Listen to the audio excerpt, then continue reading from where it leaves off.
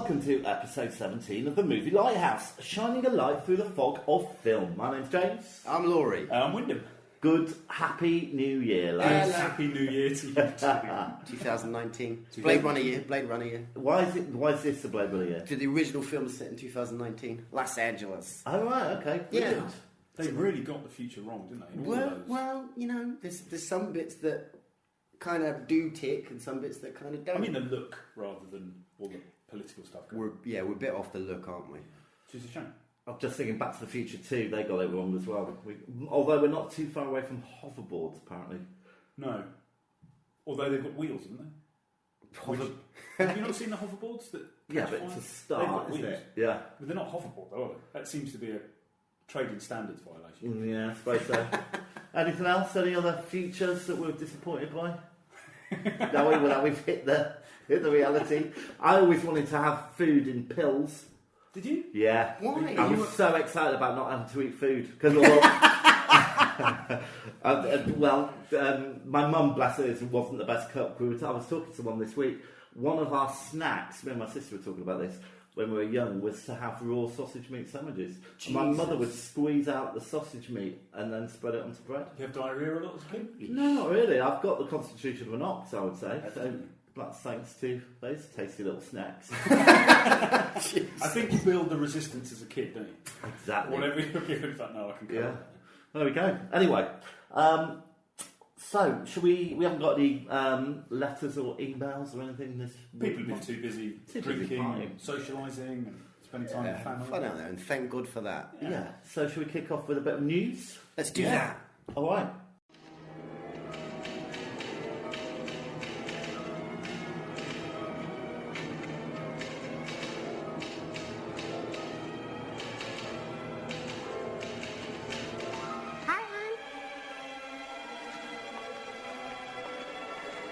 How's it going?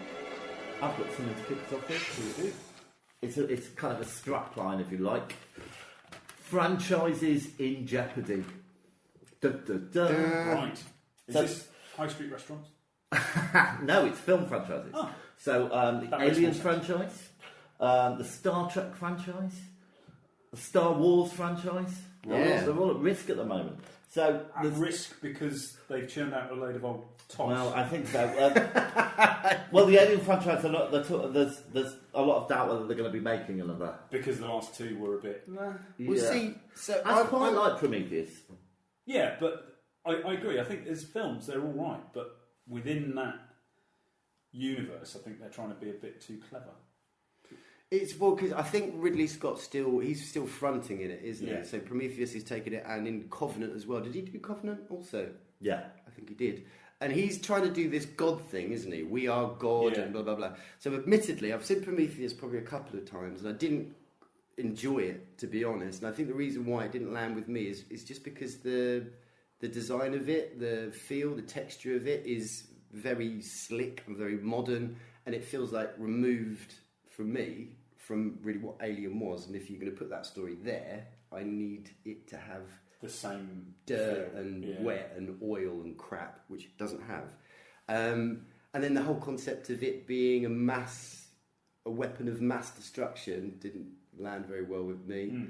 But then he takes it into Covenant, and apparently, this whole God thing gets even deeper and deeper. So I probably need to go back to it again, but it's got massive flack. No one's really digging it. Yeah. So that looks like it's on its way out. Star Trek, they're not going to make another one by the looks of it. See, the third one of those was really meh. Yeah. I thought the first two were good.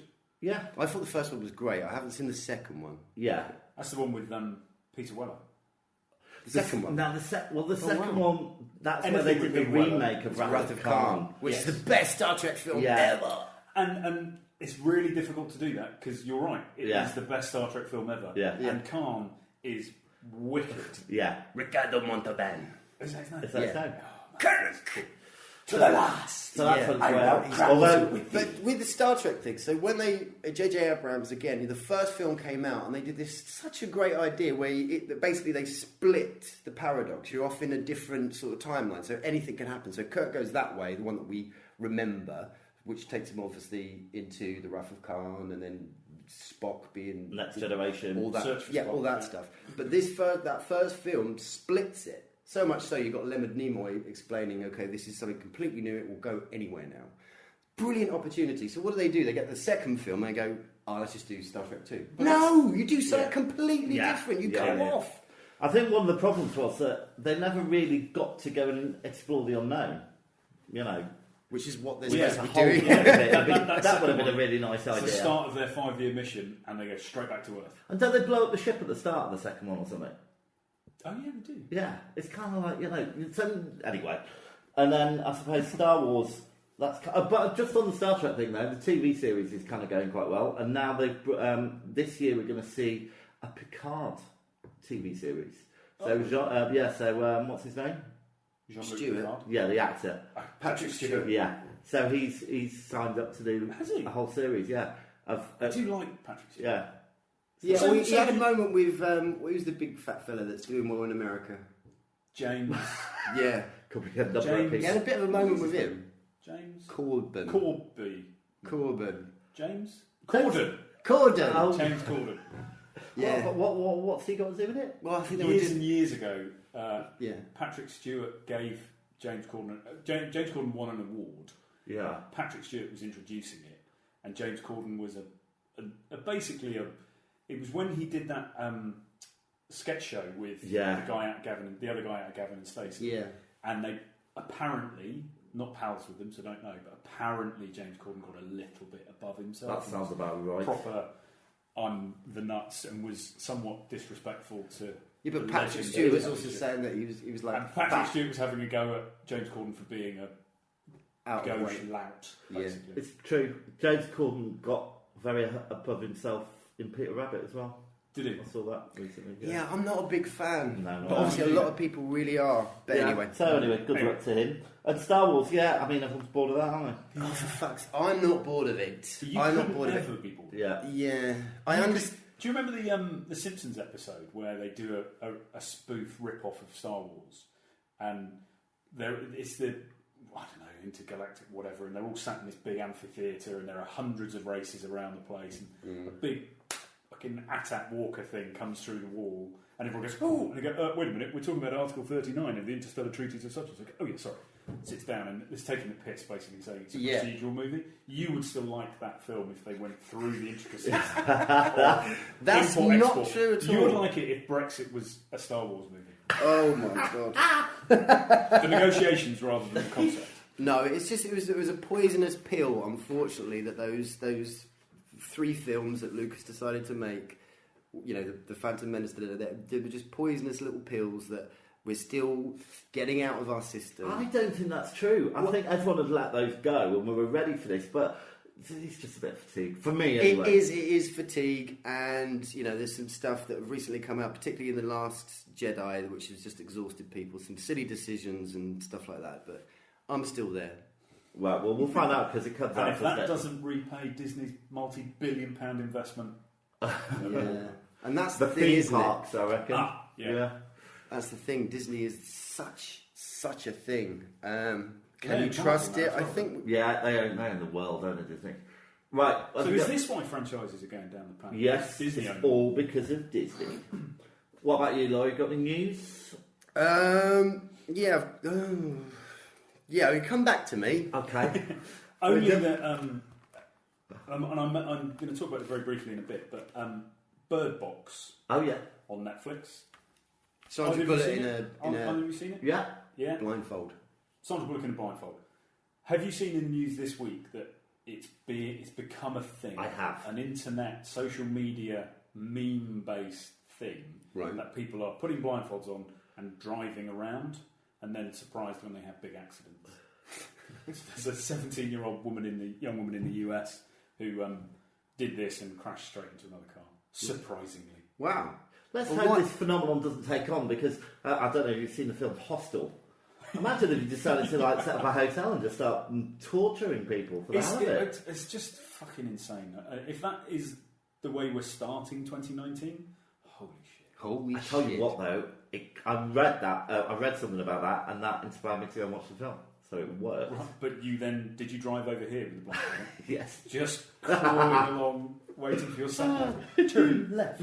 Well, I did. I took a time out to have a little look what we've got coming up in 2019. I saw that Denis Villeneuve, whatever it was, who did The Arrival, Blade Runner 2049. He looks like they're going to do a remake of Dune, which might be something quite interesting. However, the more I've looked into it, it's like, why do Dune again? It's not going to be as beautiful as David Lynch's, even though it wasn't really what we got from David Lynch. He wanted a bigger, better film.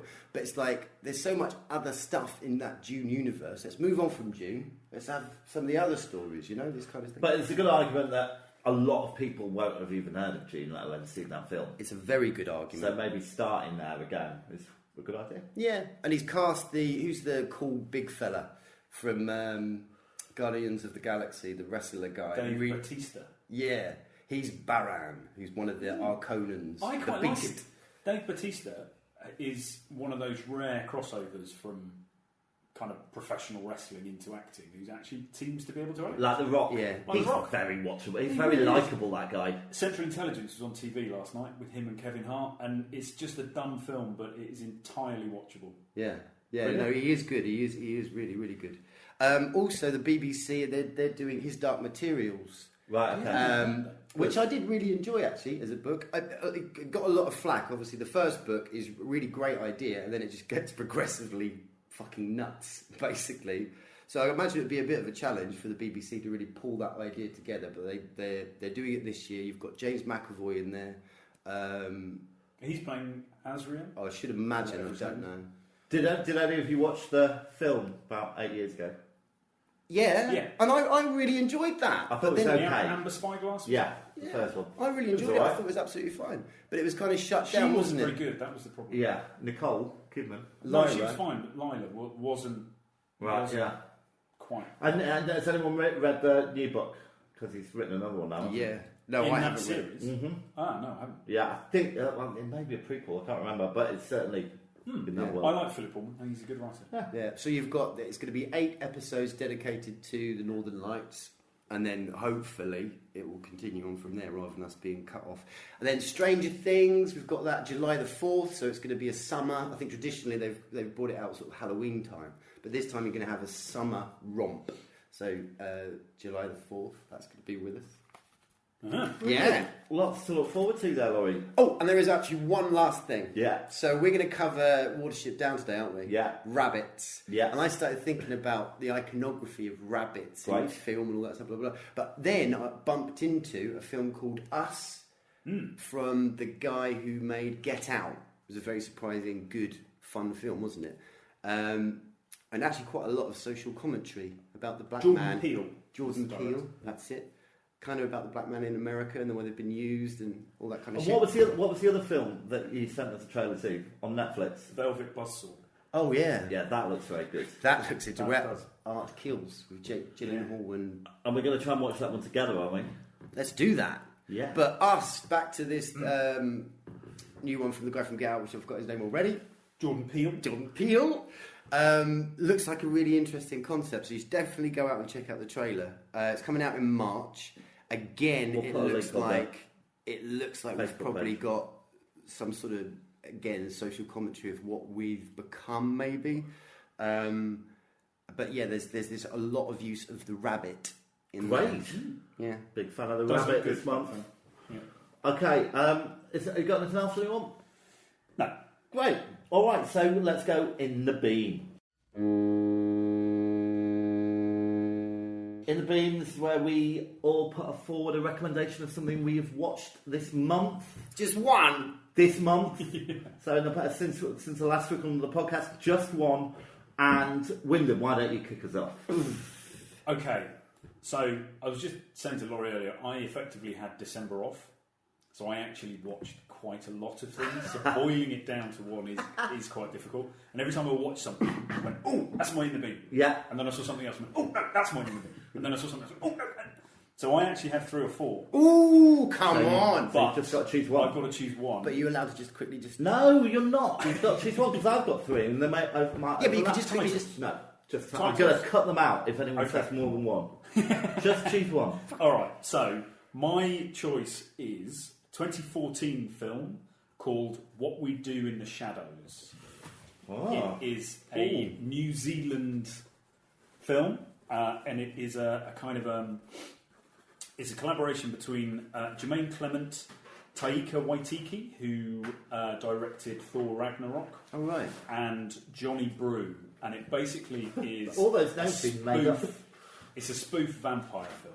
Oh, and it's basically these 4 vampires who share a house. Yes. And it's their life in Auckland, New Zealand, or Wellington, New Zealand, wherever it is. Yeah. And it is just, it's think Spinal Tap, think those kind of things, and it is just really funny. It was absolutely brilliant. It's about an hour and a half. It's just really silly. But it is. Where did you watch it? What platform?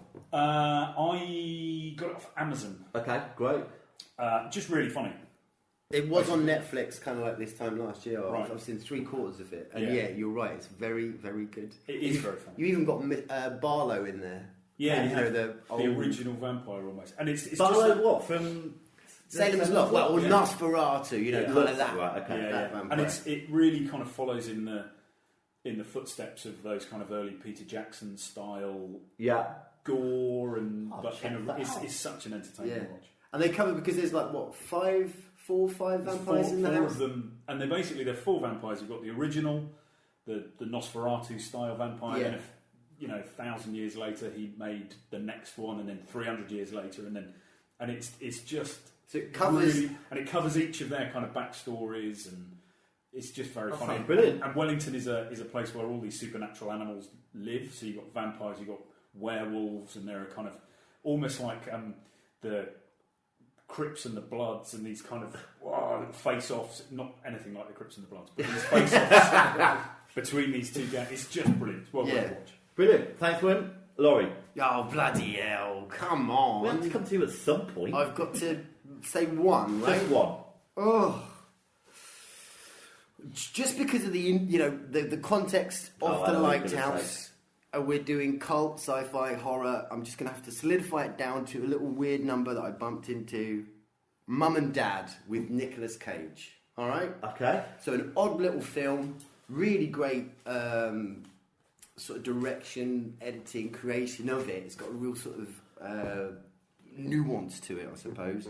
And the premise essentially is one particular day, all the mums and dads, that love, that I would die for my children primal instinct completely gets flipped on its head for some reason, and every mum and dad has an absolute driven obsession to kill their children.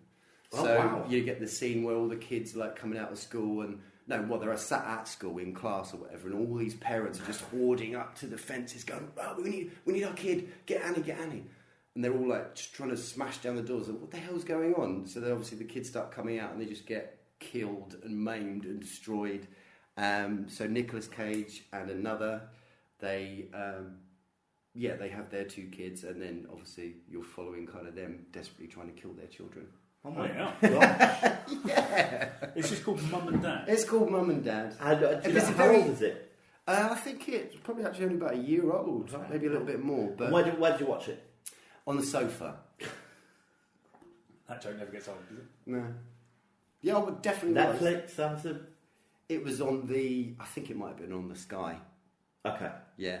All right. But yeah, unique, funny, interesting. Yeah, pretty good.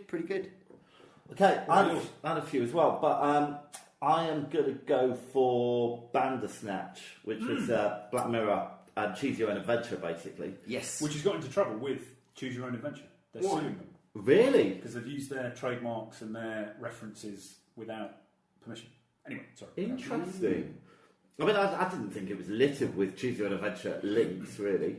It was much better than the Choose Your Own Adventure books that I remember, because I was shit at them, And it was always saying that. I was speaking to someone at New Year's Eve, and they said, "Yeah, it took me 4 hours to complete." I watched it in an hour, and it seemed to end quite poorly. So I don't know. So maybe it was like the books. I don't know. I thought it was really good to a certain point, and then once you strip back the kind of gimmick, it's like, are you going to choose Frosties or Sugar Puffs? And it's like, Okay, and sometimes obviously I went back and changed the choices, and it seemed to direct you in the same direction anyway. It's a no-brainer. It's Sugar Puffs. No, I chose Frosties. Seriously? You got all every time. Over the Sugar Puffs? Of course. Whoa. Anyway, I thought it was That's quite, why yours I thought was it was quite quick. good. Who would win in a fight? Sugar Puffs. The Honey Monster or Tony the Tiger? Honey Monster. Because he's a monster. Yeah, but he looks like a fluffy monster, whereas Tony's got claws. That's a good point. Maybe they should have focused a little bit more on that. Yeah, well, No, so I kind of think, enjoyed I it. think Honey Monster, because he'll probably throttle him. I think he'd throttle him. Maybe with his knee on his chest. And there was a guy in it who was in sort of Rambo when he was a kid, and he's been in quite a few things. Yes. And I think he did really great. No, I Did don't. you take the acid I thought check I could with him? really see his acting, because he was playing a geek, wasn't he? And Yes, he was doing that voice, we did the acid. Did I do the acid trip? I think that's when I. Or did he changed spike it. you? Oh no, when I jumped. You jumped? Yeah, I jumped, died, and then I had to do it again. No, we had Colin jump. Anyway. No, it's a really, really great idea. I've obviously played it as well. What do you mean, obviously? Why is it obvious that you Because played I'm talking about it. Okay. And yeah, we got. I was never going to kill Dad. You get so many opportunities to kill All right, Dad. so stop. Yeah. Because I never even got anywhere near that point. Exactly. So you chose freaking Frosties. You were fucked from the outset. It had nothing to do with it. I ended up in right. No, because we're going to have loads of spoilers. But it all got very postmodern. It's really good concept, Anyway. and you get to this point where he starts talking to you, and you genuinely feel Yeah, like I this got that. I voyeuristic. got all that. Yeah. And that was the end, wasn't it? No. Oh, well, it was the end for me. Anyway, there you go. Check it out. Right. I was going to say, you actually sounded like you were bagging that. I'd forgotten whether we were on In the Beam or... maybe it could segue into my On the Rocks choice, because I haven't gotten On the Rocks, but let's have that wonderful tune. Love on the rocks, ain't no surprise. I do have an On the Rocks. Again, I've watched quite a lot of stuff over the last month. Yeah. So, I do have one, but I do have to... This is going to be edited out by James, evidently. But if anybody feels the compelling desire to watch The Meg, with Jason Statham, don't do it. I went to the cinema to watch that. Yeah, I had holiday anxiety. I was going on holiday the very next day, and I got so stressed I hadn't done anything. I slept all day, and then woke up at 4 o'clock, and we were going like at 2 in the morning or something. So it's like, I haven't packed. I'm going to go to the cinema. So I went to the cinema, and because I've been tantalised by the massive show. And yeah, it was awful. I left before the end. It's rubbish. You didn't miss anything. But my actual On the Rocks is a Netflix film called Priest. Ooh. And it is directed by Scott Stewart, but it's got Paul Bettany, Carl Urban, and Maggie Q in it. Right. I'm quite a big fan of Paul Bettany. I think he always turns in a pretty good performance.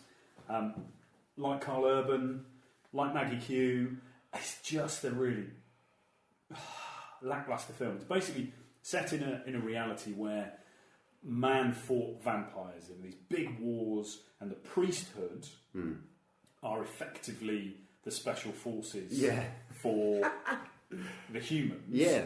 And the war was so devastating that all the humans have kind of pulled together into this one mega city, which is run under the strict rule of the religious orders. And the priests have been disbanded because everybody is short-sighted and thinks they'll never come back. And they do. And Paul Bettany has to go off and try and it's... He's done a load of these films. He did a film called Legend as well. Yeah. Which I really like the... Legend or Legion? Legion. Yes. Legend is a very different film. Yeah. Legion. And I liked it, and it was... But they just don't quite hit the mark. I quite Priest like is another Legion for like that junk, like Yeah. a little surprise. Like, oh, this is quite watchable. But again, the other main male lead, he was in one of the Fast and Furious films. He's just not very good, and as we know, one bad performance can really drag a film down. With Priest, it's not that they're bad performances; it just doesn't quite hit the mark. Just a bit shit. Oh dear. And that's on Netflix. I've just remembered I do have one actually, because I babysat your kids the other weekend and we watched Peter Rabbit. Yes. With James Corden. Were we talking? We were talking earlier about James, weren't we? Yeah, it's just a bit stupid. I mean, I'm not a big fan of. I've never read anything about Peter Rabbit. I know nothing about it, but I don't think it's true to the original texts. And there is, and it was quite controversial, I suppose. But what, the S&M scene? well, there's a whole bit where there's a guy who's allergic. One of the real actors is allergic to blackberries, so they like cover him in blackberries, and he like almost dies, and he has to give himself EpiPen and stuff like that. I don't know if that's really very funny. No, it doesn't sound very funny. No, it wasn't funny anyway. Yeah. Equally, and I'm not a big fan of James Corden, but I don't think he has a voice for voice work.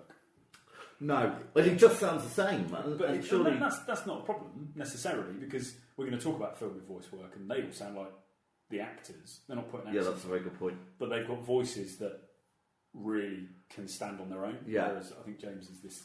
It's just something about him that annoys me. Oh, look, he's always annoyed me, but I've kind of tried to put that to one side because... Which must delight you, the fact you hated the film anyway. Yeah, but because I realised, why have I got so much hate towards this guy who I've never met? Let it go in 2019. Exactly. So, there you go. Yeah. Okay, so on the rocks, I always feel a little bit bad. I mean, there's been a good few episodes where I've had nothing to bring here. And to make a film, let's think, I mean, how the hell do people find time to kind of make these things? So this is why you has do a beginning, it a middle, and an end. You feel very bad, and luckily I haven't watched that much bad shit. This one I'm going to put in isn't that bad. It's not that bad. Enough respect. It's got a beginning, a middle, and end. Brilliant. It's Cloverfield Paradox. Right, all right. Okay, so I'm going to put that in there. So Cloverfield, I remember when that came out, really enjoyed it, the whole handheld kind of thing. It was kind of the early days of that.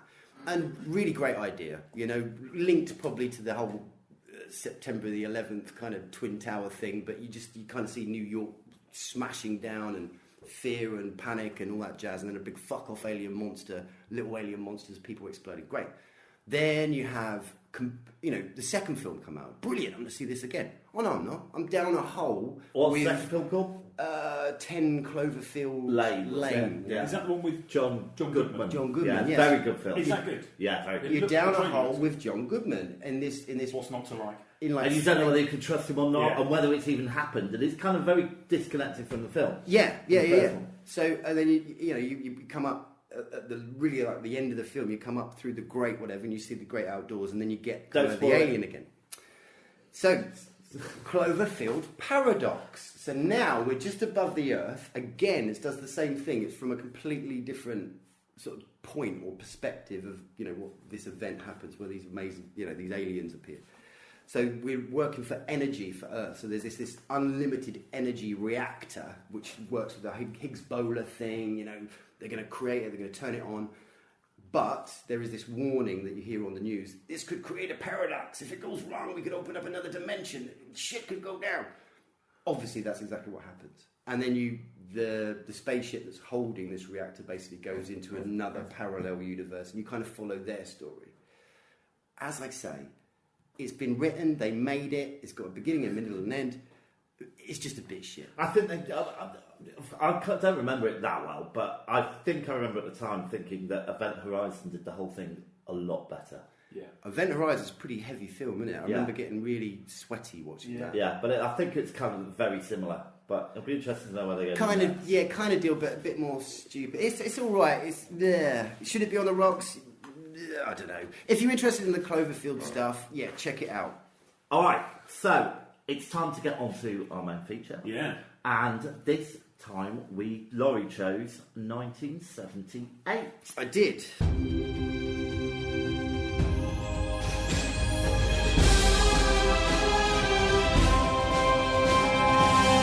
Lighthouse. All right, so I'm going to give you a little bit of information about 1978. Louise Brown, the world's first IVF baby, was born. Roman Polanski was fleeing the UK and then France to escape the pursuit of the US justice after admitting unlawful sexual intercourse with a 13-year-old girl. On TV, TV debuts of Grange-Hill and Dallas. Good year for television. Goodness me. Music, Bee Gees were at the top of the charts with Saturday Night Fever. Boney M, Rivers of Babylon. Paul McCartney, Will of Kintyre, classic year. Clayton Bush, Wuthering Heights. Oh! Oh, yes. Sex Pistols played their last gig together. Goodness. Who died? Keith Moon died that year. Oh, man. Jacques Brel. Don't know who that was. You know Jacques Brel? I did at the time because I wrote it down. Jacques Brel, amazing. Like sort of a Jackie. French sort of crooner. Awesome guy. Right. Jacques Brel is amazing. Nancy Spungen. Sid and Nancy. So Sid Vicious's girlfriend, I think. So Sid apparently killed her, didn't he? Really? Stabbed her, yeah. My notes don't say that. Okay, top films. Grease was top of the charts. Great film. Superman came out. Kind of good film. Bit weird. And Midnight Express also dominated the film chart. Can I just quickly say some other films that are definitely worth noting? Yeah, if you like. I'll try and zap through them quite quickly. Jaws 2. I Spit on Your Grave. The Buddy Holly story, James. Yeah. Have you seen that yet? Not yet. Brilliant film. Superman, like you say. Convoy, Chris Christopherson. The Omen 2. He's basically going through this list with, to try and point out how terrible our choices were. Yeah, exactly right. Martin, George E. Romero's, which we're covering obviously Dawn of the Dead, but Martin came out, which is another George E. Romero film. The Shout, brilliant. Return from Witch Mountain. The Manitou. I'm definitely going to put the Nosy Book music back in it. And that's it for now. Alright, so we're going to start with Dawn of the Dead, so let's have a clip. In 1968, George Romero brought us Night of the Living Dead. It became the classic horror film of its time. Not that room! Not that room! Now, George Romero brings us the most intensely shocking motion picture experience for all times. It gets up and kills. The people it kills get up and kill. This situation must be controlled before it's too late. They are multiplying too rapidly. Dawn of the Dead.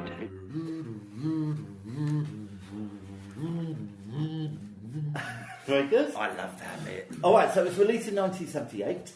Director George A. Romero. Yay! Screenplay Dario Argento and George A. Romero, although I think it was mainly George A. Romero. He was really encouraged We'll by... talk about that. yeah, okay. Okay, music. Well, one version's by Goblin, I think. And No, really? No, it's not. Yeah, bangs on about Goblin all Yeah. the time. So the European Really? release was Goblin, yeah, but we'll talk about that as well. Holy shit, Yeah. I need to know this. It made worldwide gross revenue of 55 million, no awards, and so it was a sequel for Night of the Living Dead, and then there was what came after Dawn of the Dead? Day of the Dead. Which is a really, And really then good film. they made more remakes, really, I suppose, starting in 2004. And we had 4 main actors, really. David Enge as Stephen Flyboy Andrews, Ken Faree as Peter Washington, Scott Reiniger as Roger Trooper DeMarco, and Galen Ross as Francine Fran Parker. All right. Who's awesome. It's also got Tom Savini in it. Yeah, hell it has. Who did he play? He's one of the bikers. Oh, yeah. Oh, and he's also he was the effects guy. Yeah. Yeah.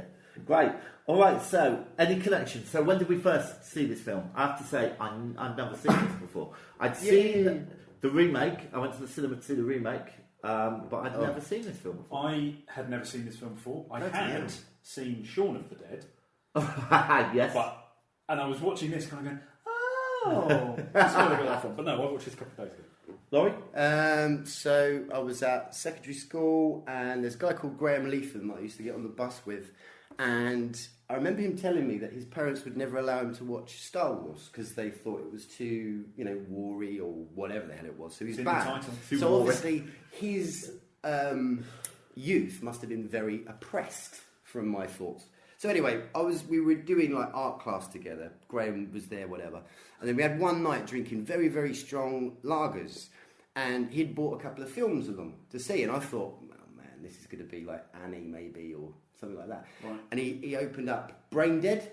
It's a little film I'd never heard of. So we're talking like 1992, 3, something like that.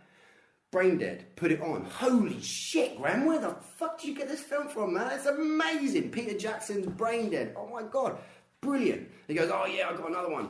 Dawn of the Dead. Never seen it. Put it on. Oh my God, Graham! You are awesome! So it turns out Graham has had this, because of that oppressive youth, has turned into this guru film monster. Anyway, watched it, loved it. There you go.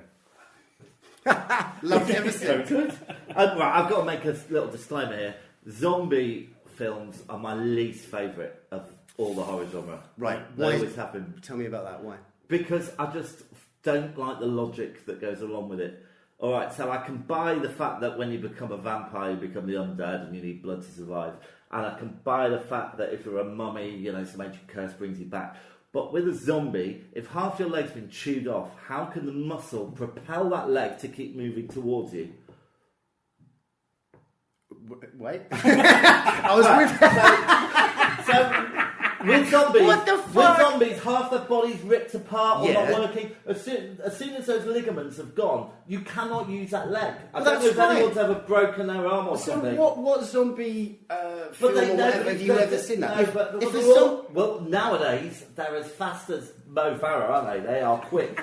I mean, at least the zombies will fly. But I've never really liked it. And you're right. There is the concept that they are unstoppable.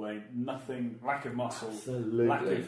But then, and there isn't a curse, is it? It's always a virus, isn't it? And they never I put up with 3 or 4 series of The Walking Dead, yeah. To the point where it's been 5-6 years now. They'd have all rotted away to nothing. How can they just still alright? It doesn't make sense. That bit, Look, potentially, listen, let's not... part of the virus changes the molecular structure of the body so that it no longer suffers. Yeah. What's the word I'm looking for? Biodegrading. Well, if that was true, well, now do they continue to No, rot? it does. No, they do. Because some of them look really wrong. For fuck's sake. Yeah, they do. For fuck's Yeah. sake, we're Okay. triggling over stupid detail here. All right. So let's just say, yes, this virus, let's go with that one, that it allows, if your head is removed from your shoulders, your head is a single thing, the muscles, even though they're not connected and probably wouldn't be able to work in reality, this virus allows that muscle to still continue and live as long as the brain is living. All right. Yeah, but interestingly, you say that the zombie thing, it's always a virus, and definitely 99% of the time it is. But a really, really cool film that I want to shout out is Wreck, where you have essentially like a zombie thing going on in this Spanish kind of tower block, but then it actually transpires that it's a possession. Really interesting, really good take. Yeah, that is a good film. That's very good. All right, so does anyone know about how this film came to be? Pre-production? Well, yeah. So obviously, Georgie Boy did the He did Dawn of the Dead about 10... Night of the Night of the Living Dead. Night of the Living Dead. Really big success. Shocked a lot of people. Very low budget, all set in a farmhouse. They filmed it over a year and they all lived in his farmhouse, didn't they? I think. Exactly right. And yeah, it was really quite impressive. And Hollywood obviously just got interested in him and said, look, we're interested in... We'd love you to make like a sequel on it. And he pushed it away for quite a while. And he made about 3 or 4 films in between. Yeah. And then didn't Dario Argento get in touch with him? Well, they had a meet. They met each other, and Argento said, "Look, you really should do like a follow up to this. Look, I'll give you an apartment in Rome. Yeah, you can live like a king. Just sit down, come up with some ideas." So really, really supported him. And then, yeah, obviously he just penned this idea. I think he was somewhere in America or whatever, and the concept of like the shopping centre was still quite a new thing. Yeah. And this guy said to him, Pennsylvania, wasn't it? I think. Yeah, this guy said to him, "Yeah, you could live your whole life up there. You wouldn't have to leave or anything." And that was his. Oh yeah, that's really good. I can see somebody with that. Yeah. All right, so let's get on with the actual film. Wyndham, what did you think of it? Did you like it? So it is one of those films that it starts really chaotically. Yeah. And because I was watching it, I couldn't find a copy, but there's a version on YouTube. So I was watching it on YouTube, and because that's obviously probably been uploaded by who knows who, I didn't know whether they'd uploaded Laurie's mate the beginning of it. with the videos. Yeah, possibly. Graham. Well, how did it start? Well, no, it starts in the control room. Yes. Yeah, but because it's all, I was sat there kind of going, is this the... I was thinking exactly the same. It's And like, what actually, the fuck's going on? to begin with, I wasn't Fucking sure. zombie apocalypse is going on. Yeah. It's not going to be calm, is it? No, exactly. But my point is, I didn't know whether I'd missed. There was a bit before that kind of frames it. There isn't. It's straight in. Boom. Which actually kind of, I quite like that. This is just a little snippet of what is evidently a potentially global problem. Yeah. And so, yeah, I quite enjoyed it. I think it's too long. Yeah, right. So I had much the same problem, really. I started watching it thinking, I really hate this. I mean, I don't like zombies anyway, and I don't like the makeup, and I don't like all this. And Yeah, then, they are just kind of like whited out. Yeah. Like, Which is brilliant. Well, they were actually, I think they were supposed to be grey, so the makeup's grey, but apparently it comes across in different colours depending on how it's lit. So some of them are blue. So blue and all that kind of stuff. But then by the time we got to the shopping mall, I started to get more into it. Yeah. And by the end of the film, I really was quite enjoying it. Brilliant. So it did have the effect that I wanted. And what I had to do as well is put aside all the stuff, because the first zombie film I saw, which I liked, was Return of the Living Dead, which was about 1982. Brilliant. And that's where zombies are fast and it's funny and it's punk and it's great and it's just very funny, that film. And Brilliant this was, you have to kind of forget all the stuff that's gone afterwards. What about you? Do you like it? I love it. Absolutely love it. You're absolutely right. It kicks in straight away. It's chaotic. You start off with the film, the TV chat show, whatever it is, and then one girl just says, "We're still dreaming." So you're kind of at that moment where a lot of people aren't really realizing the gravity of what's going on. But then you quickly zap over to these sort of SWAT commander police fuckers, army fuckers. That I can't figure out what they're trying to do, but they're basically shooting loads of But that's the problem, Hispanic isn't it? people. But apparently the reason they're in it is because they just went down to the local army place and said, "Do you want to be in this film?" Because we wanted to use some of the equipment. So they just got loads of shots of them being in it. Apparently the same with the custard pie bit at the end. They all just went a bit crazy and went, a bit weird. "Why don't we just do that and see if it works?" And it works. Well, I don't think No, it does. I'm not sure sure it does. It does. I think it goes a little It bit does. too far. It adds more texture and stuff. But yeah, that scene in the house, you got these great effects. The biting, where a woman sees her husband or whatever, and she holds him, and then he takes this chunk out of her shoulder. Yeah, I mean, that's nasty. Brilliant. And then you see a bit where someone else gets bitten on the arm. It's like, Savini, my man, you are kicking ass, and this is right at the beginning of the film. They went to the extreme with the effects. I've got to point out there was a head explosion. So this is the third time we've had a head explosion in our films. And it's a good one. Yeah, I thought it was quite good. Remind me? It's just before the bit where she bites. It's in the. Where the army guy's going around, and he's just gunning. Yeah. But if you do it on freeze frame, the actual model is really bad. So his actual head. Yeah. But so I thought the effects were good, but I think they just crammed way too much into this film. Right, so crazy beginning, yeah? Yes. And then you get them going into the chopper, going off. Now, this is the thing about the zombie genre. It's basically taps into, well, me personally, and I'm sure a lot of other people, that fantasy of what would you do? Everything's gone to shit. What would you do? I think I'd become, what do they go? Be a thief. I would be a bad guy. I'd go and nick stuff. I'd take stuff. I'd go in there, and then the concept. But everyone would do that. I'd be going to the mountains. That was actually an farms. interesting point Fantasy. because when they were then Francine and Stephen Flyboy, were talking about, well, we're criminals now. We've stolen a helicopter, and you're thinking the world's falling apart. Nobody gives a shit. We're we've stolen bad a guys. helicopter. Yeah, exactly. Yeah. So there's that kind of. And And then I understand that kind of leaving behind the moral structure and society. Chuck off work, chuck it all off, man. And that idea of actually having a shopping mall. Yeah. You know what I mean? That is just... It's Well, that- brilliant. that was- it's a that- I thought that fantasy. worked. It's wonderful. I did like the saying that it's. You were saying about the later zombie films were much more comedic in their approach. There's some proper funny bits in this as well. Hell yeah. Oh, yeah. So when they've taken off, they're looking for gas. So they land, and there's this carry-on screaming. He's zombie awesome. with a massive head. Yeah. Just slowly walking towards him. He steps on top of the boxes, and then the roasters just cut his head off. Which is why he obviously had a massive exactly. head, yeah. Exactly. That's why this film is so good. There's I mean, so much the great... inventiveness about the makeup, because I was watching the documentary about the guy who did the makeup, and the way they Savini. had wire and stuff to make it look like the head was being chopped off was amazing. Yeah. I do think it seemed dated for 1978. I thought it looked older than it was, and I think that's because it was made on the cheap.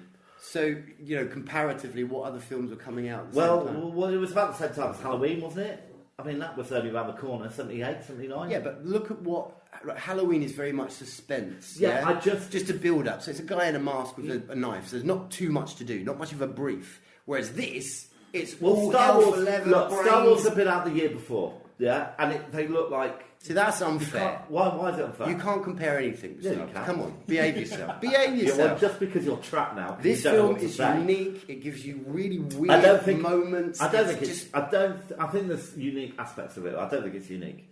Well, I do. All right. Okay. So should we talk a little bit about the performances? Yeah. All right. So they were kind of.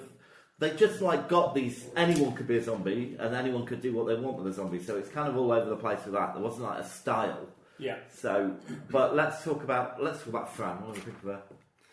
She actually, as a character, is amazing because obviously, it's kind of the done thing, probably at the time, to have women just running around screaming while the men do all the stuff. And she stands up and goes, "No, you're not making these decisions without me. You're not doing Yeah. this. I need to learn how to fly the helicopter. I need to give me a gun." Yeah. Does When she did scream Alien once come in out? the film? No, she refused it, didn't she? She told the director at the start. Yeah, so that's what he basically thought. Well, that's what women do. So at this point, could you just scream? She's like, no, I'm not going to scream. Yeah. Girl power to Galen Ross. And he was very much like that. He was very consultative, and the guys, probably like the custard pie stuff and all that kind of stuff.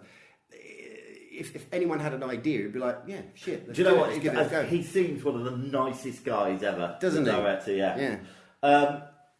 What about? All right. So what I really like. So Peter Camfrey, the black guy with a really deep voice. Camfrey, is it? Yeah. I mean, that must have been one of the first times that you'd had a male black lead. Yeah, and he survives the film. Absolutely, He yeah. He comes out. So he kind of goes away from all those cliches that we're. Yeah. Can we rewind? I think this film's really unique. I don't think this film's unique at all. It is. It's got that. Well, that bit's watching unique. it, you do kind of sit there going, "Oh, this is definitely unusual for this era." A woman who's got an opinion that actually people have to listen to. A black guy who survives. Yeah. I agree. Actually, I think there are bits in it that you kind of go, "Ah." All right. Yeah. Well, there are very unique aspects of this film. And the white leads. Yeah. So David Emge as Stephen Flyboy and Scott Reiniger as Roger are dickheads. Stephen's definitely a bit of a dickhead. And- I think and- Roger starts out all right. He He's does. all right. But I like him. He's bloodthirsty. He's gung ho. He gets that. It's way. not necessarily he gets a little bit frantic, doesn't he? Because he has that moment where they're with the trucks and then he just he's screaming and attracting attention to himself. Yeah, he just kind of breaks at that point. But Yeah. before that, he's a really cool guy. He's not there to shoot or kill anyone. And the way he gives Pete the cigarette, the way he hands the cigarette to him, I'm not too sure. I don't think he was an actor. I think he might have just got the gig by I don't know what. But the way he gives the cigarette is very, very cool. So I like him. But he turns into a dick. But Steve is a massive dick. He is definitely a selfish lover.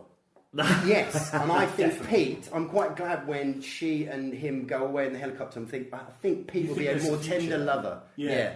So they changed the ending, didn't they? Did you hear about this? No. So the end was supposed to be that they both give up because there's nowhere to run anymore. There's no fuel. Well, he has that moment. That is the message throughout it. It's like the futility of survival. Yeah, but they thought after the whole thing they'd been through, it's just too much. And I think they made the right decision to leave in the helicopter because they do say, "Have we got any fuel?" No, not really. Oh well, that's Yeah.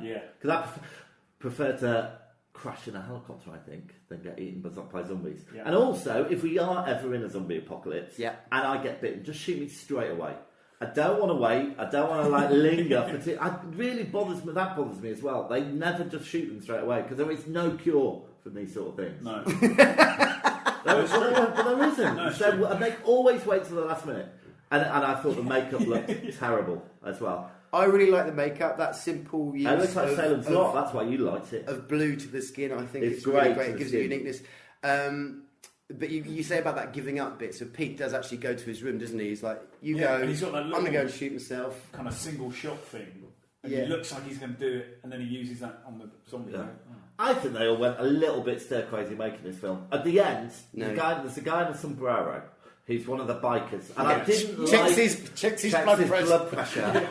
Well, so just for the gag. Because Yeah. it was for the gag that came like a minute later. Didn't exactly. But there's also that. And there that is- are those. That's self-indulgent. I Yeah, think. there are those things you were saying about the director would take on board any kind of suggestions, which is great to a degree as long as they kind of elevate it. The custard pie bit, I didn't quite get. Yeah, it works great with the soundtrack. The more music, bloop, bloop, bloop, Well, bloop, bloop. It's just craziness. It's talking about that fantasy I again. It's understand just that, like but the I zombies walk really slowly. No, I get that. They're not really any threat unless you stumble and fall. But people are going to see this film for, oh, look at this heart. You know, it's not for the story, and it's not for the character development. It's for the next nasty little Yeah. bit that's. You know, And the thing is, if in that kind of future, I think with all these films, I think the underlying framework of it is we currently live in a society that has rules, and most people adhere to the rules. You throw that out, you have the zombie apocalypse, all the rules go away, and there's an inner innate violence to humanity that comes out in these situations. You've got a biker gang that, although he's breaking stereotype, maybe that's it, maybe this is another stereotype he's trying to break. We have a biker gang that we automatically think of as outside of society's rules anyway. In a world where those rules don't get you anywhere, these guys, in my opinion, would be hacking the shit out of everybody, not pushing custard pies in their face. Yeah, absolutely. Yeah, it got to the absurd. I thought towards the end. I don't think. And like you said, I thought it was too long. So they've done a bit more cutting. And the bit that was too long was once Roger is dead. Yeah. And you've got Stephen, Peter, and Francine learning to live in this now secure mall, and it just went on and on, and it was like, okay, we get it. They're going through life and the mundanity and right. Yeah, I agree. No, and then they get to the point where Francine is annoyed. Enjoying the mall, you know, you see like lovely scenes where she does his hair, Pete cooks them a romantic But meal. even that bit was too long. I didn't pause on the ridiculous. It's not too and it was long. like, oh, it's all It's right. just but that I thought it was too long. fantasy. Right, listen, we've got to wrap this up because we're talking for too long. Yeah, but okay. just talking about music, from what I understand, right, so there was two different soundtracks. So the soundtrack that we probably all heard, that we watched, was the American version, is what we got. And then when Argento got it, he said, well, as when I dub it with for the European audiences, I want to use a different soundtrack. And that's where they used Goblin. I Yeah. really need to get that version. That's a great call. Yeah, so it might be quite interesting to watch it. And he also cut it quite a lot. Argento, do you like Argento, Laurie? Fan of his? Because he said it was way too long. So No. So it would be quite interesting to watch his version, actually. But the music was kind of alright, whimsical, wasn't it? The music was good. It's got a lovely. It's a very kind of eclectic. There's loads of stuff going on with the soundtrack. So first of all, you've got this bubbly electronic thing, and then it goes obviously into the shopping mall nutsness, and then you have a little bit of African music. You have have the gun shop. I like the Western music, or the hero. There was hero music at the end, I think. Yes. Yeah, I mean, it was fine. I do think that there are those little kind of punctuations of comedy. I think were actually, most of them were really good. Yeah, most of them. They do a really good, because Stephen is such an abysmal shot. They do a really good turn in bullet ricochets. Oh yeah. Yes. That's It just goes beautiful. on. You can almost imagine, someone like Steve Martin and Chevy Chase just looking around in different directions, ping, ting, ping, and zombies and escalators. Yeah, brilliant. Yeah, that's always They're all good. just sit there and they turn the power on. It's like, Yeah. Oh, have you got a Brilliant. memorable scene, Laurie? Memorable scene. Oh. I love the way Roger comes up when he sits up when he's a zombie. That's cool. But it's probably got to be the zombie that's got just a little bit too much forehead. Yeah. Why does he look like that? Why is that? Oh, that's why. I quite like the bit that either immediately follows it or immediately precedes it, where the Ken Forey as Peter is in trying to get a drink, and there's a noise in the cupboard, and these two little kids just come hurling themselves. And they were kids being freaky in films. That is my. I think he said about really hating to shoot those kids. Which was the director. The actor. Yeah. So memorable lines. I've got. What are they doing? Why do they come here? It's part of instinct, memory, Yeah. what they used to. This was an important place in their lives. Yeah. Well, that was quite good. There was a great line that really emphasises how much of a twat Stephen was. When Francine was kind of going, we should just go. This isn't. We should be searching for something better. Yeah. And they've put all of that time and effort into turning a storeroom into a lovely modern flat. And as a line down, he just goes, "Well, you're the one who wanted to set up a home." Oh yeah. What a twat! Yeah, he's probably All right. There's no more room in hell. Yeah. Oh, that is a good line. Right, but I don't think he wrote that, did he? I think that Bible wrote that or something. Could have been. Walling up the stairway was a good idea. Do what? Walling up. Oh yeah. The That stairway, stairway doesn't exist. Yeah. He's And I good. quite like the fact that he... Stephen I remembers. quite like the fact that he kind of remembered, yeah. Yeah. That was good. And he made a good zombie, I thought, at the end. Right. He did. Let's score it. Okay, so, performances. 7. Laurie. I'm going to give it 7. 5. Effects, Laurie. Ooh, 8. 8. 8. God, we're all in Ding, sync. ding, ding, ding. Wyndham, plot. What plot? 4. 5. It's 6. Rewatch factor, 6. 3. 7. Direction, Laurie. I loved it. I think it's a great party. Beautiful. 8. Win. 6. 7. Cinematography, win. 5. 6. 6. Sound of music, Laurie. 6. 6. 6. Originality, 8. 8. Ooh, I've gone 5. Enjoyability, Laurie. 7. 7. 6. And life-changing, past or present, Wyndham. No. 4. I'm going to give that. So, I mean, Graham Leaford really did serve the beans that night. And it inspired me to go out and look at all these great films I was not aware of. So I'm going to say 7. Okay. Well, for the first time, I think we've all kind of scored it pretty evenly. It'd be interesting to know what our scores are. All right. I'm ready. I'm ready. I'm not. Have you seen how Laurie does his adding up? But like a child. He does it in batches. Yeah. And then It's because he was in the special class. 70. 70? Wow. Crumbs. What did you get, Wim? I got 48. Oh. I thought we were going to be really similar. I thought all our scores were quite similar. 64. 64. So, that gives us a what? Gives us a 60.6 recurring. 60.6 recurring. So, right, so we should say that, 60.6 recurring puts it just below Edward Scissorhands. But we are going to... Just below Edward's, isn't it? Yeah. Yeah, that doesn't feel right. Yeah, it doesn't, does it? The Running Man, just below the Running Man, which does feel right, kind of. Anyway, we're going to wipe the leaderboard, aren't we? So We're going to archive the leaderboard. Right. So we're So we're not going getting rid of it. So we're going to have a master leaderboard. So if you want to see where this score comes in all the films we've ever reviewed, that's going to be available. Yep. But we're going to have a new one for this year. Otherwise, Jaws is always going to be at the top of our leaderboard for the rest of our lives, I imagine. Yeah, I agree. And I think when we come to select films, we should keep in mind our remit of shining a light through the fog of film. Laurie, try and be a bit Which is what more we said last out year. there with your choices and your thinking. Are you fucking serious? I'm serious, deadly serious. Alright, so we're going to move on to choice number 2 of 2019. Which Laurie was very excited about. Very excited about. This film is my nemesis. And it is... Watership Down. Let's have a clip. Like a... No. It's a beautiful day.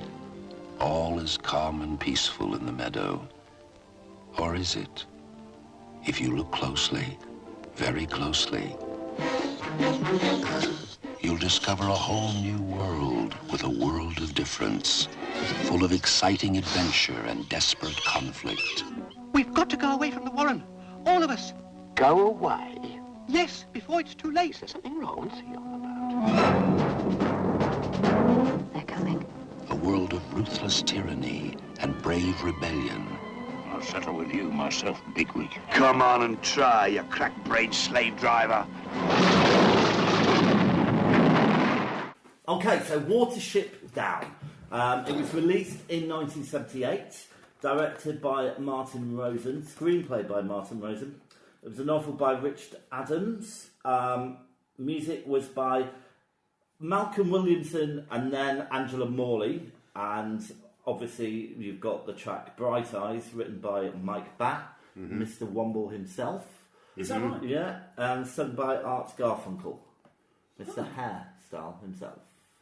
He's the one whose arse you like, isn't it? I don't like it, but yeah, there's a scene in Nicholas Rogue's film called Bad Timing where he does some great arse work. Is that when he plays an art director? For fuck's sake, no. Right, it made $3 million in the USA, no awards. And no awards? No, well, none that I can find. And there's been two remakes, basically. There was one on a children's BBC version about 15 years ago, and then obviously one this Christmas by the BBC. Dare I say this is the far superior we'll inception of the story, I think. All right, so notable actors, we had quite a few in there. John Hurt was Hazel, Richard Bryars, Fiver, Michael Graham Cox, Bigwig, John Bennett, Holly, Ralph Richardson, Chief Rabbit, and they go on. Roy Kinnear, yeah. Denham Elliott. Yeah. Wow. Good cast. Wow. Really good cast. All right, so when did we first see this film?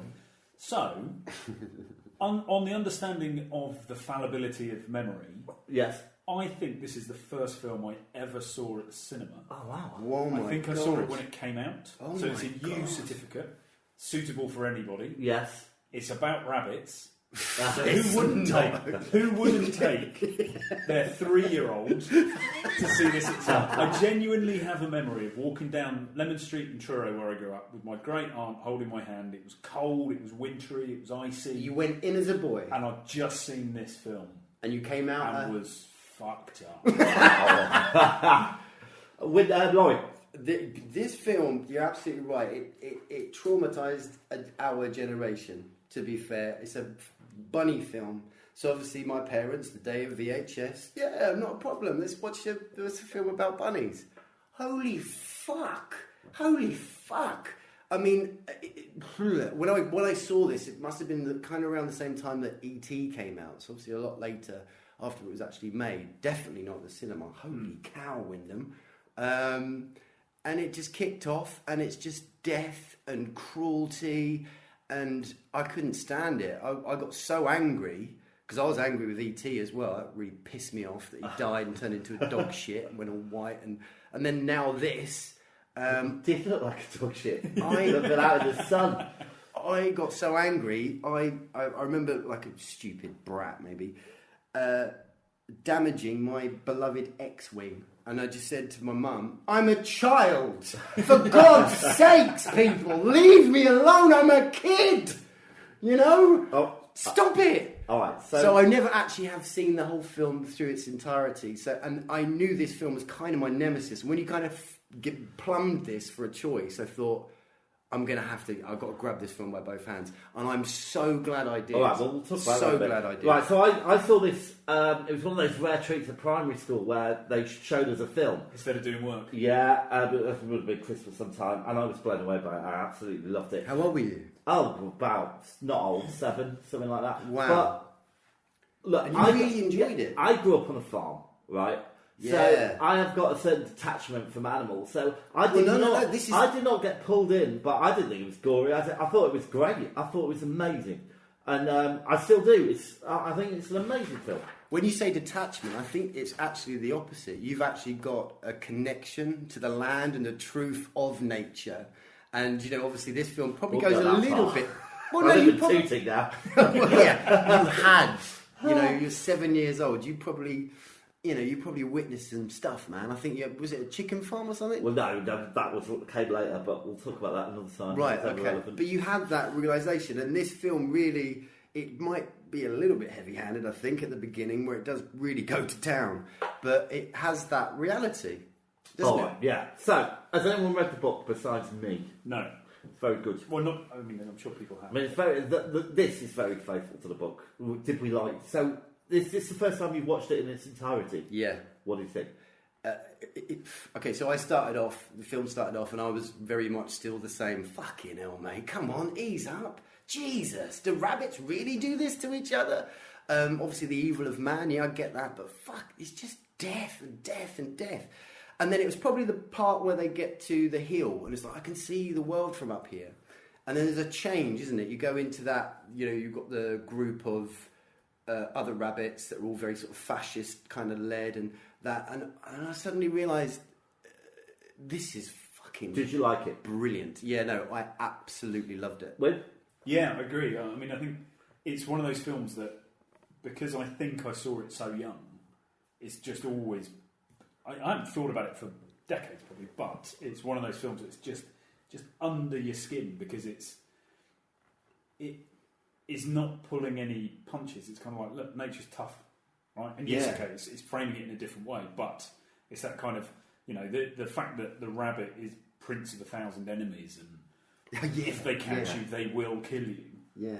But first, it's just really, it's that kind of almost. It starts almost with like a Native American style. Sort of pagan. So there's two animation styles, but we'll get onto that in a second. I've realised that I forgot to do the synopsis for Dawn of the Dead. So I would like, Laurie, for you to have a go at the synopsis for Watership Down, please. The sun tells the rabbit, stop shagging, mate. Behave yourself. There's way too many of you. And the rabbit's like, screw you. Look at my bum. And zaps him a beautiful town. Says, well, you're going to get fucked up bad. And then that's it. We kind of follow the pursuits of being a rabbit and being continuously fucked up.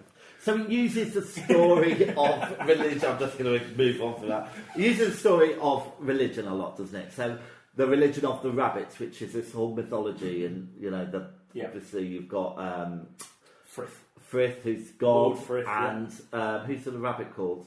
Ella Frera. Yeah. And the black rabbit, which I am wearing today. You want a nice t-shirt? That is an awesome t-shirt and a beautiful design. Again, I'm going to jump across the table. Yeah. And it's a quest story, isn't it? So they're on. We've got a psychic rabbit played by Richard Bryars. Yeah. And he sees that the Warren's going to die and blood everywhere. So and how does it die? You've got that scene again, deep, traumatizing scene of the rabbits in the holes, desperately trying to get out and crunched together. And so the synopsis is there's a young rabbit who's a little bit psychic who foresees the destruction of their burrow. And he persuades his brother and a few other rabbits to leave their burrow and find a new life somewhere. Mm-hmm.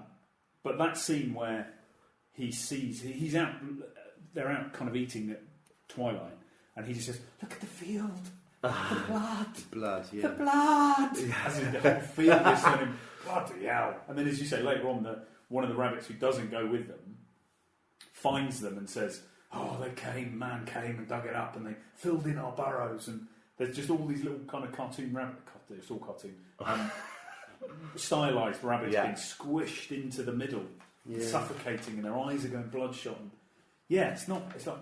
Oh hell! Yeah, you like that, kids? You like that? Huh? So we're thinking a little bit about the story. I mean, it's quite detailed, isn't it? I mean, it goes to quite a lot of effort of creating a whole language for these rabbits. So you've got like the police of the Owsler. You've got Melendry. Do you know what a Melendry is? No. Badger? Melinda Melendry? Oh no. My favourite, a Roodadoo. A Roodadoo, yeah. Which they stop saying part of the way through. Do they? They just go back to road. No, a Roodadoo's a car. Ah. Yeah, so that's probably why.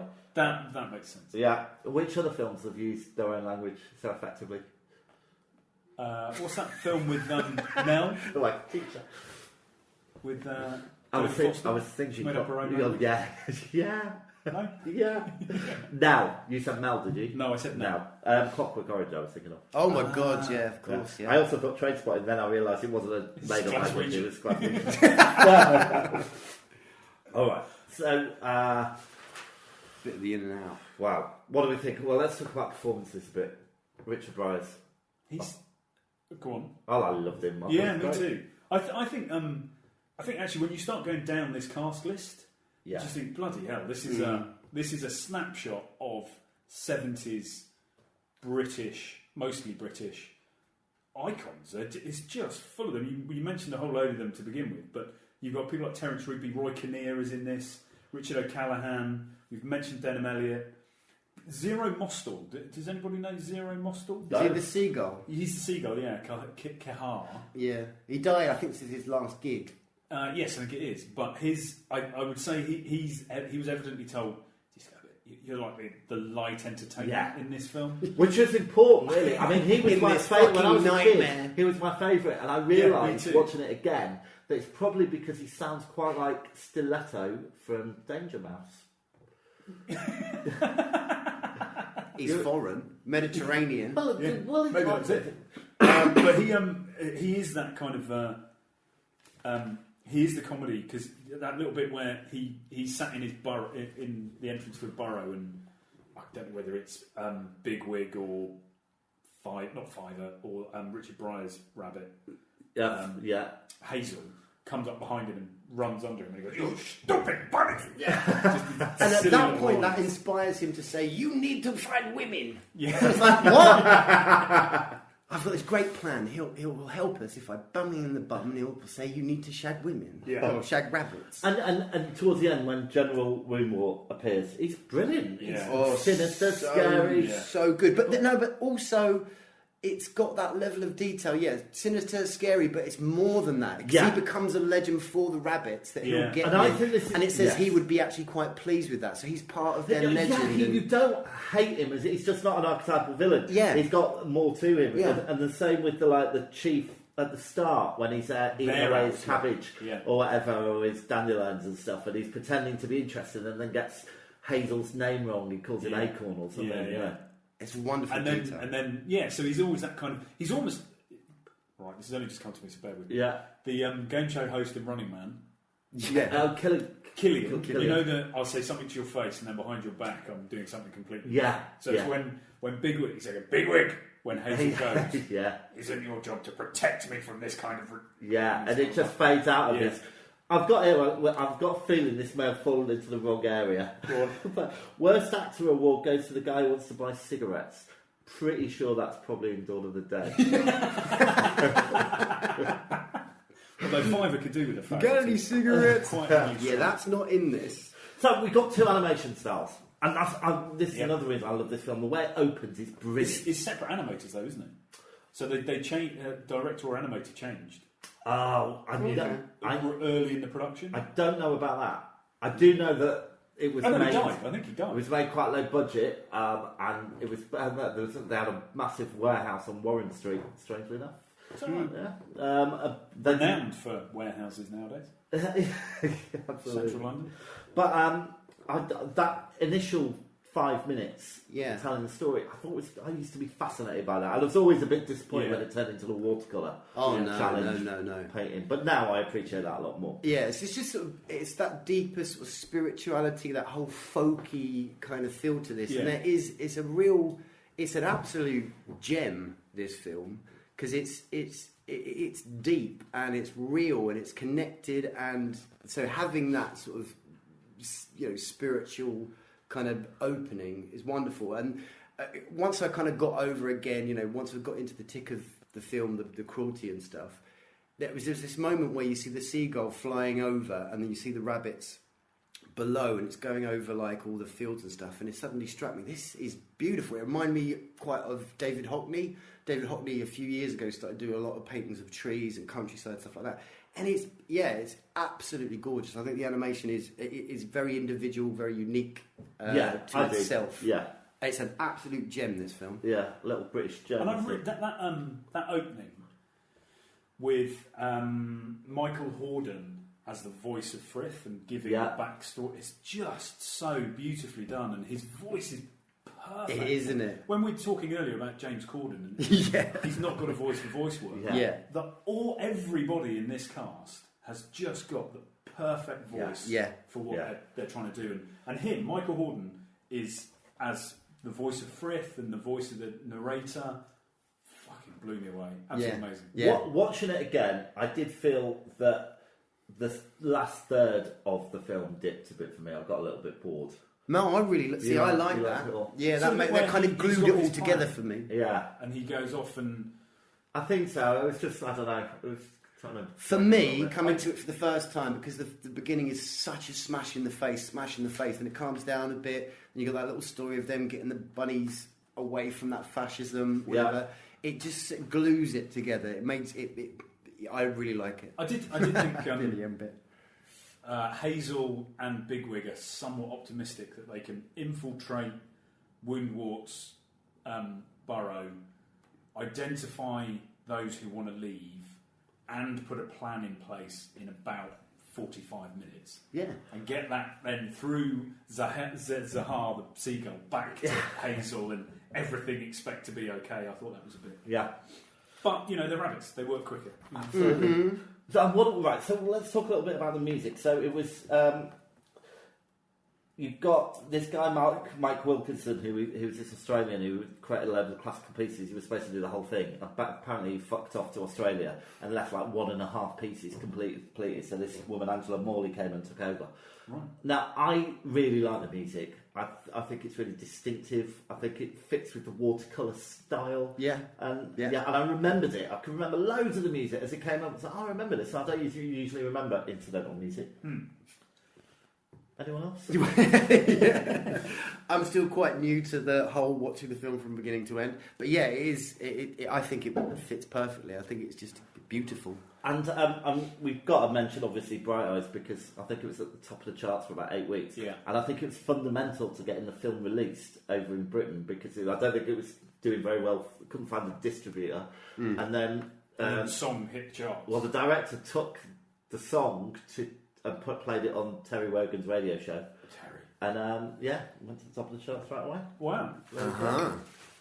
And it is, I think that for a long time was kind of a bit of an iconography of British Bright Eyes. You know, it was everywhere, wasn't it, for about 10 years? Yeah, but it's just such a dark message, and it was definitely sort of, albeit the director says that this film was never intended for kids, but obviously it did fall completely in that space. It got a U certificate. Well, yeah. So it was obviously good. So the reason I, as a 3-year-old...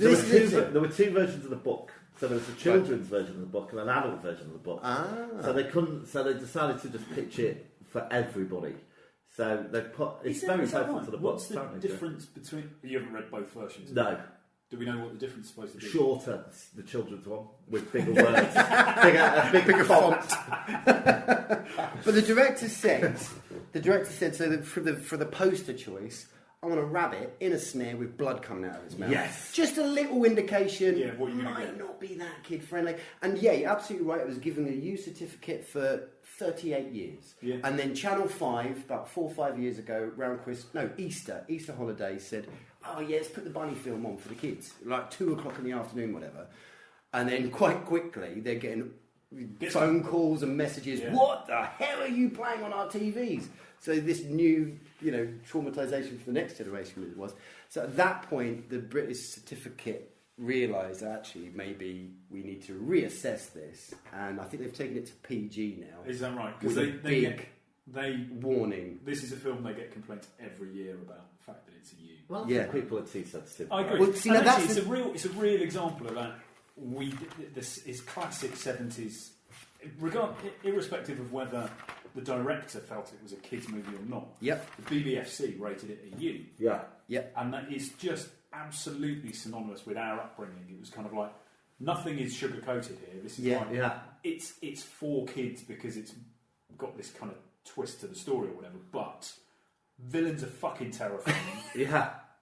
In any film of this era. Yeah. The message is pretty fucking brutal. Yeah. Get over it. We say all the time, I say, I know for sure, but my generation was blessed. We were blessed with so many things. And this film is such a rarity. These kind of films do not come around that often. No. And there was that element with our generation where sometimes you get these sort of non-sugar-coated lumps. I was just thinking what other films we kind of had. There's When nothing the Wind been Blows. like this before, or like it since, except maybe When the Wind Blows. Yeah, I've been thinking. Where the Wind Blows, that was fucking hell. Threads. I mean, admittedly, that might not have been the kids' audience. Not at all. Do you know Threads? No. All right, so it's one of the darkest short TV series. It's like mini-series for TV about a nuclear war. and it's just the bleakest, awful thing. But then again, you know, When the Wind Blows is comparatively. Oh, I've read. I do know When the Wind Blows. Yeah, that's fucking that's hardcore, pretty man. hardcore. Yeah. But then we had those public awareness adverts as well, didn't we? As scary as fuck. Don't fly kites near electricity points. Yeah, that was a good one. Yeah. Don't fall into ditches and drown. Maybe we should go back to stuff like that. Bearing in This mind, is what I'm saying. This is what I'm saying. We were blessed. We were earlier just talking about a 17-year-old young woman in the US putting a blindfold on and driving a car. Yeah. Yeah. We maybe should go a little bit back. And do you remember the drink drive adverts? In the summertime. Oh, yeah. And then you end up with a car in a tree. Yeah, let's go back to that. Yeah, definitely. Add a bit of reality. All right, but so should we kind of wrap this up a little bit? Yeah, Has okay. anyone got some memorable scenes? I thought there was quite a few. For me, Bigwig in the snare. You know, and then he survives. Thank God. I really like Bigwig. And I can't remember the line. It's kind of go, what is the line? It might be on your T-shirt. All the world will be your enemy. No. It's, did I write it? Favourite line for me, it was something about bargain. There is no bargain, there is only what is and what must be. Oh, yeah, that's quite good. There's, that's really annoying. But it's basically just a little line Hazel says about, You have a look for it. When he thinks Bigwig is dead. Okay. I think you left it over by the shelf there, Wyndham. For me, the other memorable scene is obviously when Hazel dies at the end and the black rabbit turns up again. But it's good because they've aged him. He's a grey old rabbit at that point. Yeah. The line Very is sad. when they think Bigwig is dead and Hazel says, "My heart has joined the 1,000, for my friend stopped running today." Oh my Lord, it's sad. Right at the heart, that is. And then he goes, "Bigwig, you're alive!" One of the scenes, such a good film. When the rabbit, who was one of the kind of guards at the original burrow, finally catches up with Bigwig and Hazel, and he's got the scratches on his arm because he's been through Africa and he's escaped. And they go, "How did you get away?" He said, "Oh, well, they chased me, and I ran across the Iron Road, and the two other rabbits are just on the track, and the train just goes just straight over the top of them." You know, holy shit! Do you think it stands up today? Yes. I think the animation's a little bit weak. If I'm going to be really critical. Oh, but I think that's. I love think it's painting. okay. I think it gets away with it because of the style that it is. You know, it's not. Yeah, it's obviously pre-CGI, but you would never mistake it for that nowadays. And some of the scaling is a bit weird. Yeah, but I definitely think it stands up. And this is the real shame, isn't it? I mean, can I show this to my kids? Will they be engaged with it? Will they enjoy it? I really hope. Well, you're talking about not protecting them, and you're protecting your own children. Yeah, you've got to start at home. I know, but it's got that. I'm going to say it again. I've said it 1,000 times. That folkiness, your wife's not there. That spirituality, so that animation. Part of the Lemon Twigs album, but you'll just be in the living room, happy as Larry. My memorable line is obviously, "How can a light that burns so brightly suddenly burn so it is pale?" Fucking hell, man! This is up. This is definitely not a film to watch with a hangover. No, get out. Oh my God, I'd be in tears. And I think it's quite good that Kihar or Kivar, the seagull, goes. Yeah. Leaves, leaves. He leaves the film because I think it'd be really bloody annoying to be around all the time. He's a nice little... But it's like, Jesus Christ, shut up, go away. Alright, let's score it then, shall we? Let's do that. Alright, the Laurie performances. 8. 7. Wyndham effects. Yeah, how are we going to equate I've gone 8. Well, effects, I've put, we're talking about the animation here, because it's all one big effect. I've done 6. 7. Plot, 7. Hold on. I've done these the wrong way around. Okay. I was... 7. 6. Rewatch factor, Laurie. It's taken you, 42 years to watch it? It's incredible. It's so incredible. So you please, you were so negative. You were so negative. But would I be in a massive rush to watch it again? No, but I know it's important. But I would say 5. Okay. I said 8. I'd say 5. Direction, Wyndham. 6. 6. 6. Cinematography, Laurie. It got that whole Hockney kind of beauty to it. Its uniqueness. 6. 7. 5. Sound of Music, I've given it an 8. Okay. I'm giving it 7. I'll go 7. Originality, Wyndham. 7. It's 8. 9. Enjoyability, Laurie. Isn't it? It's wow. 7. 7. I've given it a 5 because I don't think it's enjoyable. Yeah, see, that's the thing, isn't it? Yeah, I'm going for the word there. Life Training, Past or Present, I've given it an 8. I've given it a big 6. That's an 8. Great, right, well, let's add them up. Okay, I have given it 71. 71. I have given it 60. So, fucking hell. There's a count. 70. Gives it a movie Lighthouse rating of 67. 67, which puts it exactly the same as An American Werewolf in London. Wow. Just below Brilliant. Salem's Lot. I'm really but happy with above Donnie Darko. Yeah, I'm Yeah, alright with that. I'm really happy with That's that. pretty good. See, we're all happy with Watership Down. Yeah. There you go. Yeah. We've shone the light through the fog of your film, Laurie. Yeah. And I should imagine this recent one that came out, reworking of Watership Down. Didn't work for me. I thought the voices were alright, but the animation let it down. I saw a little scene where John Boyega, I think he's playing Hazel, Right. and he's just constantly angry and shouting. That's not Hazel. Yes, you're Hazel is absolutely right. charming. Yes, yeah. And I think they lost the charm. And what you were saying about the villains of the piece, they weren't just villains. You saw the charm about them as well. He would have liked to have been the guy that scared little rabbits. He would have been pleased with that. Yeah. This beautiful. There we go. All right. So whose choice is it? I think it's my choice. Yay! How exciting! So, if me and Laurie have the same film, then not going to happen. We're going to. I think we were wrong. Actually, that's what I'm saying. And guys, right, this year, listeners, okay, so we're trying to bring you cult, horror, sci-fi, shining the light through the fog of film. Have you got the James Bond theme in your head again, Win? What are you trying to say? I want to give you some stuff. We've just given them we've just given them two extremely different films. I submit. Right. End it there. Right, let's go. Okay. Exciting. Quick rummage. Look at me. What's that from? That was that guy. Ready? Yeah. It is the number 90. 90. Oh my lord, that's right at the end, I think. And it is Sympathy for the Devil.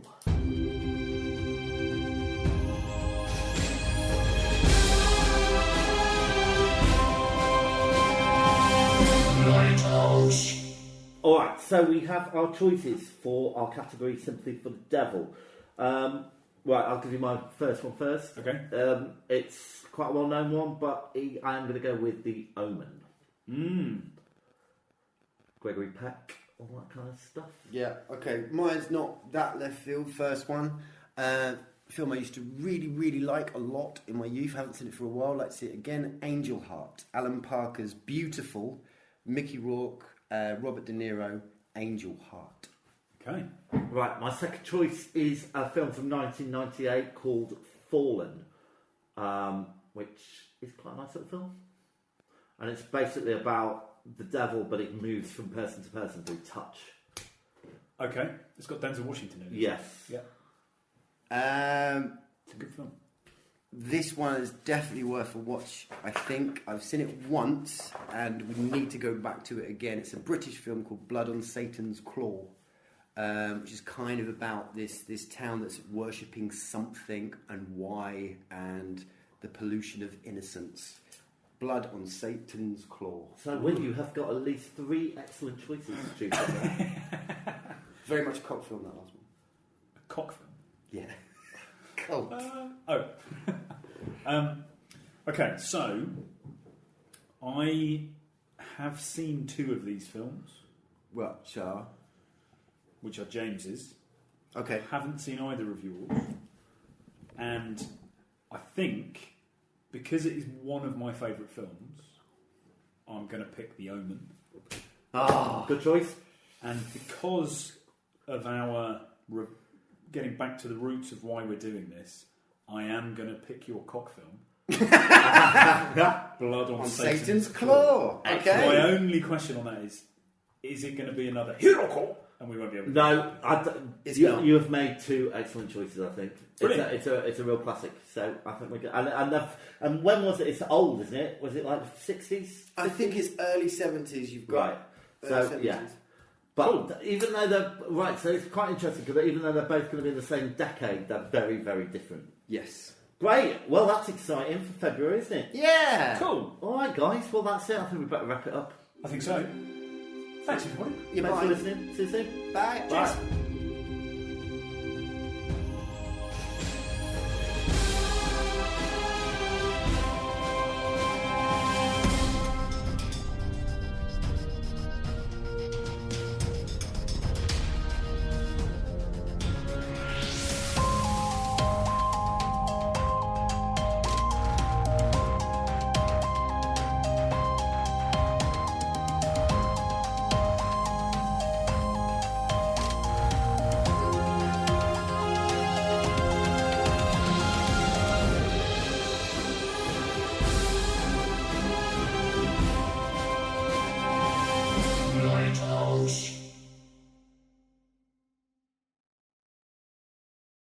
This is the thing that I've always had. When the Flintstones come on, the bird gets pulled and Fred goes down the tail, and I'll go, "Mum, can I have some pork chops?"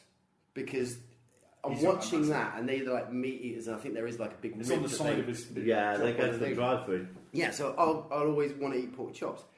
If Dirty Harry eats a hot dog, so every time I had a hot dog, I always had to say, "Just wait until the ketchup." Is your finger usually the hot dog? Yeah, no, that's me being Clint Eastwood. Is that the dog? No, Clint puts his little finger out a little bit.